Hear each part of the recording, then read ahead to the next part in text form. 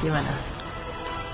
Twinkle, twinkle, little star, how I wonder wonder what apa. Video ini merekam bagaimana Angeline semasa hidup. Like a diamond in the sky, twinkle, twinkle, twinkle, little star. how. Riangan Angeline pun terlihat jelas kala ia terbata menyanyikan sebuah lagu.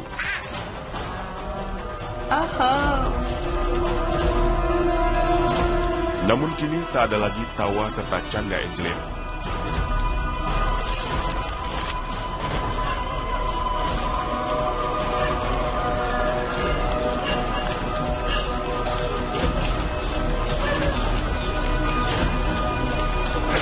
Ia telah ditemukan tewas secara mengenaskan.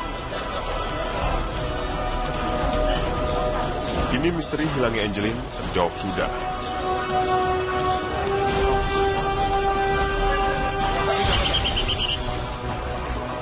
Bocah perempuan berusia 8 tahun ini akhirnya ditemukan di pekarangan belakang rumah ibu angkat Angeline, Margaret McGowan, Rabu 10 Juni kemarin di Jalan Sedap Malam nomor 26, Sanur, Denpasar, Bali.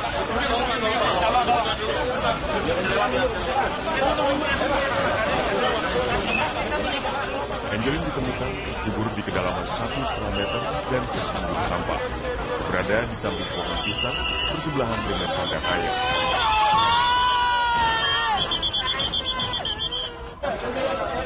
Bersama jenazah Angeline turut ditemukan bungkusan hitam berisikan bed cover, tali hitam berikut gorengan. Angeline,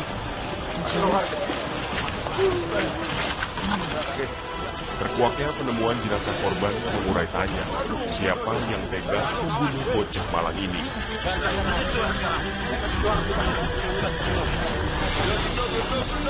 Jajaran Vibrata daerah Bali pun bergerak cepat.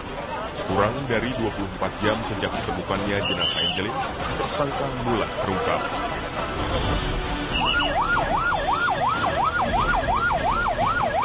Jadi hasil pemeriksaan kita sementara Ibu, dari 7 yang kita periksa di Mapolresta Denpasar, dari menurut keterangan dan pemeriksaan yang kita lakukan terhadap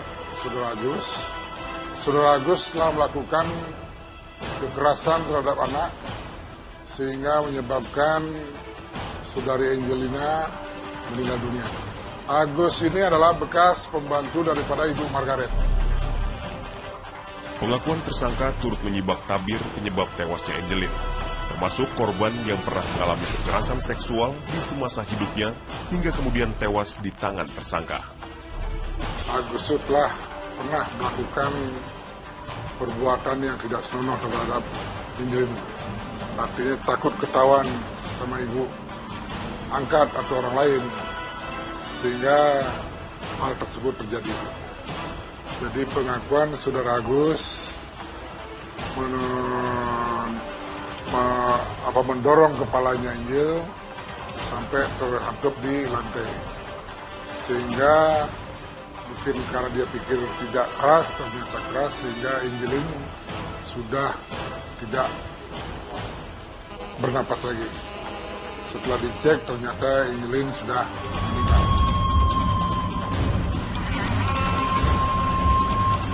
Namun demi menyingkap kebenaran penyebab tewasnya Angeline, hingga kini jenazahnya masih diperiksa di Rumah Sakit Umum Pusat Sanglah, Bali untuk diotopsi.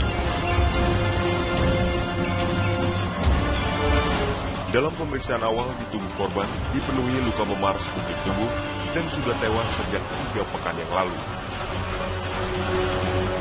Jadi kita menemukan ada tanda-tanda kekerasan. Jadi hampir pada seluruh tubuh ada tanda kekerasan tumpul. Jadi ada luka-luka memar. Jadi di daerah wajah, leher, kemudian juga anggota gerak atas dan bawah, serta ada satu luka yang khas, itu adalah luka karena suntikan rokok atau cigarette burn.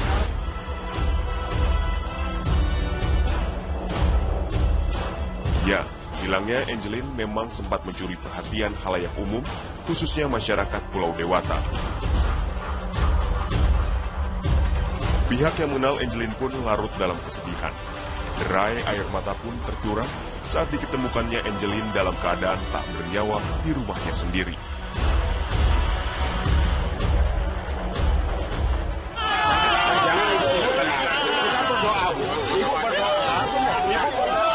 Kebesaran yang di sini dan di atas kita sudah ditunjukkan bahwa kita sudah ketemu sama beliau.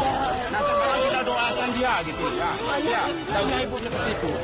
Jangan disertai tangisan, jangan kita cari tahu. Ya, sabar.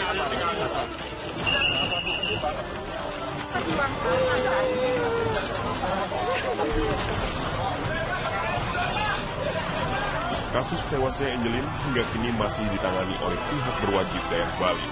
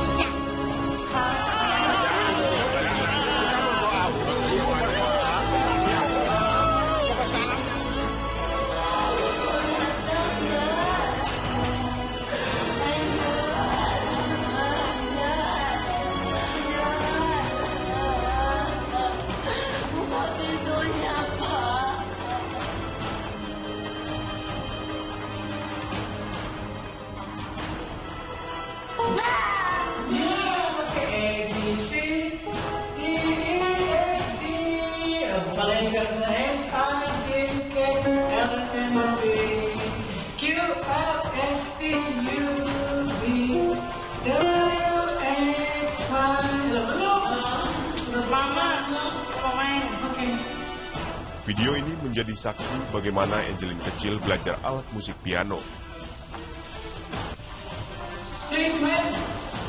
Tanpa beban, Angeline terlihat asik bermain.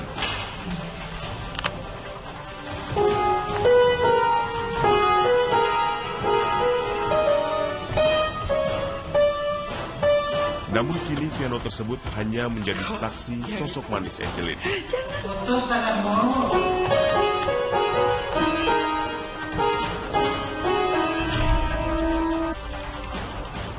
Angeline tewas di tangan Agus, seorang satpam yang bekerja di rumah sang ibu angkat.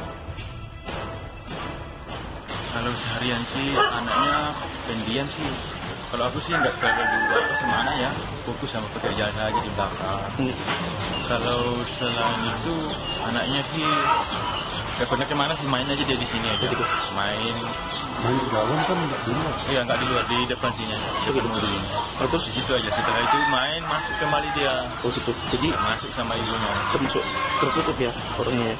Iya di dalam di kamar aja. Bang, apa ya gimana? Hari Jumat saya lihat dia nangis, hidungnya berdarah, nggak pakai tisu. Terus aku nggak tanya lagi dia, tinggalin udah. Aku fokus sama pekerjaan. Gitu tanya. Hanya dia ngomongnya sambil nangis, dipukul gitu aja. Itu aja dia ngomong, nggak ada lagi. Itu kejadian sebelum hari itu menghilang ya? Satu hari sebelum menghilang ya? Iya. Selain Agus, polisi juga memeriksa ibu angkat korban Margaret, 2 kakak angkatnya, 2 penghuni indekos, dan seorang petugas keamanan yang disewa khusus oleh Margaret untuk menjaga rumah itu setelah ramainya pemberitaan terkait Angeline.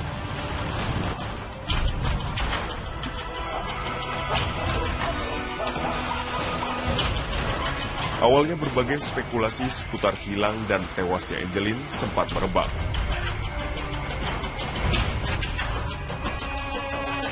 Apalagi keluarga sebelumnya juga sempat mengatakan Angeline masih berada di dekat rumah.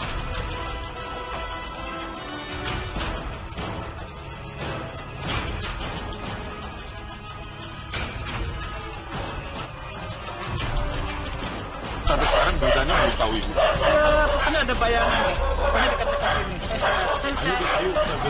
Tidak bisa. Harus tunggu berapa hari, itu macam-macam.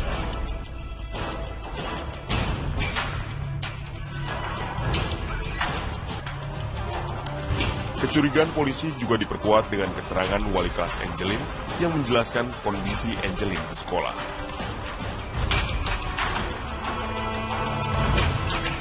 Hampir setiap hari, Angelin selalu datang terlambat ke sekolah.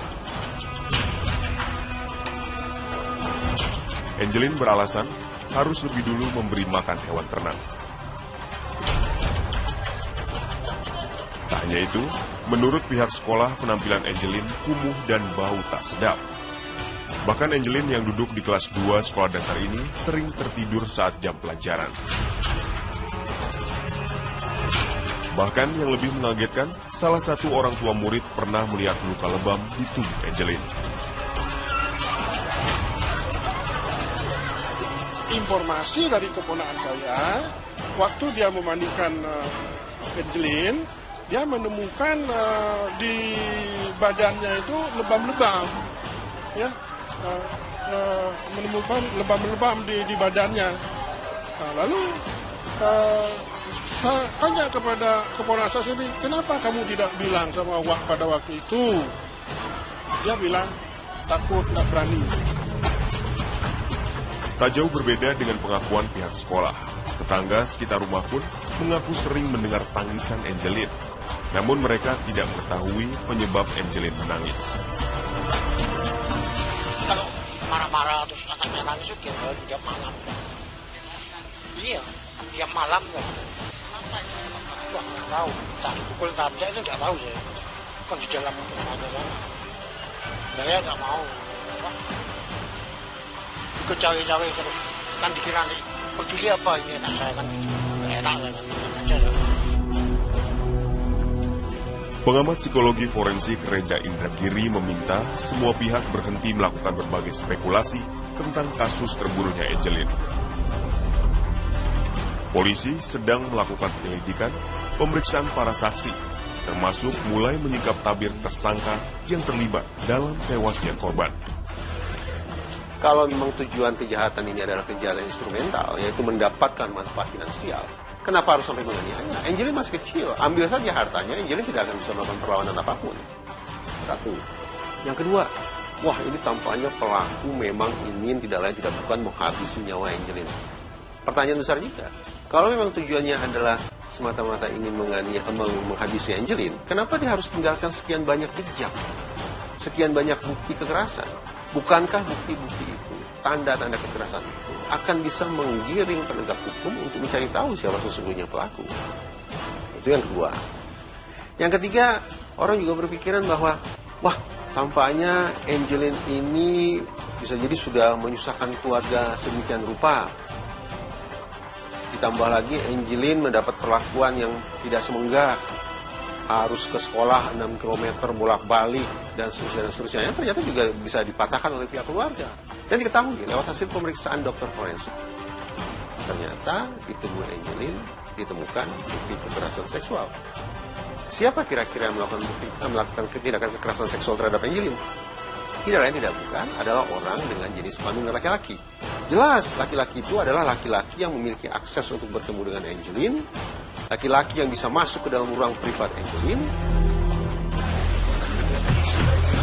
Penemuan jenazah Angelin di pekarangan tempat tinggalnya sendiri sangat mengejutkan.